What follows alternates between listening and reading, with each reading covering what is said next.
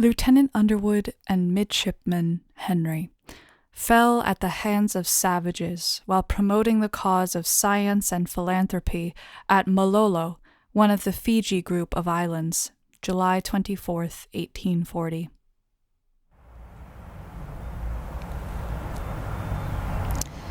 That is quite an inscription.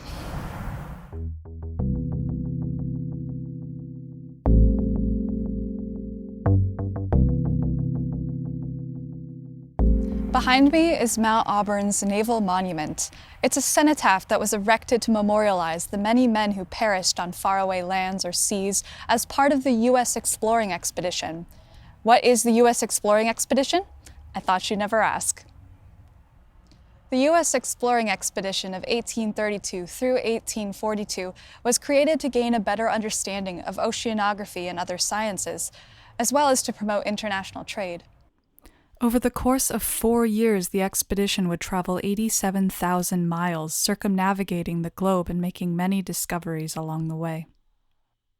The expedition's findings were the basis of much of American science, and many of the specimens that were collected on the expedition were used to create the collections at the Smithsonian Institution.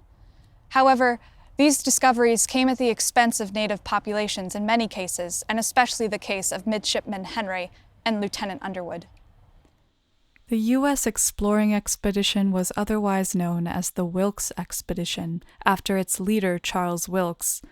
By all accounts, Wilkes ruled his crew with an iron fist and was notorious for the extremely harsh disciplinary codes aboard his ships. In some circles, rumors have circulated that Wilkes and his obsessive and ruthless behavior was the inspiration for Herman Melville's Captain Ahab character in Moby Dick. Over the years, Wilkes's rash and arrogant behavior earned him a number of reprimands from the U.S. Navy. When he returned from the U.S. exploring expedition in 1842, he was court-martialed for losing 2 of his ships and for illegally punishing his subordinate crew members. Later, in 1864, when he was passed over for a promotion to Commodore, he wrote a scathing letter to the U.S. Naval Secretary, which ended up in him getting court-martialed again for insubordination. But nothing in Wilkes's career of terror compared to his massacre on Malolo, a volcanic island near Fiji.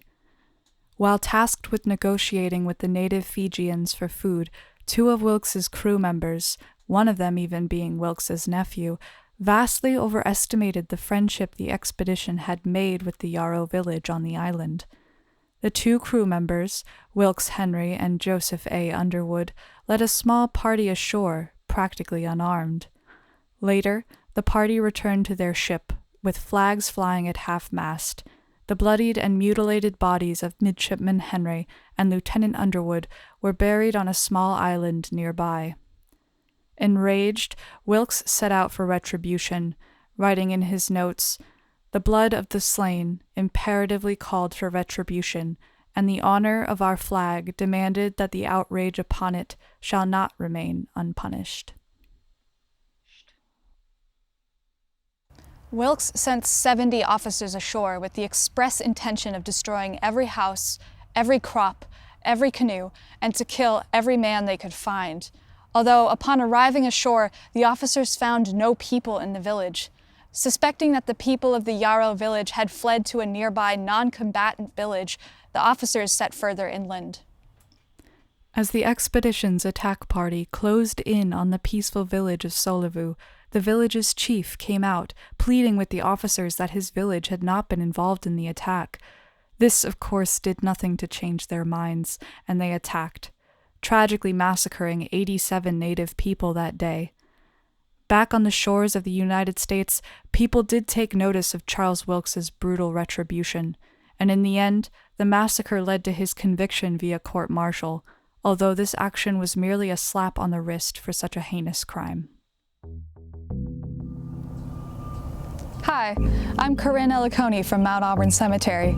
Thanks for watching our video. We're looking to put out more virtual content in the time of COVID-19 so that you can continue to learn about the cemetery along with us from the safety of your home. Thanks for watching, and be well.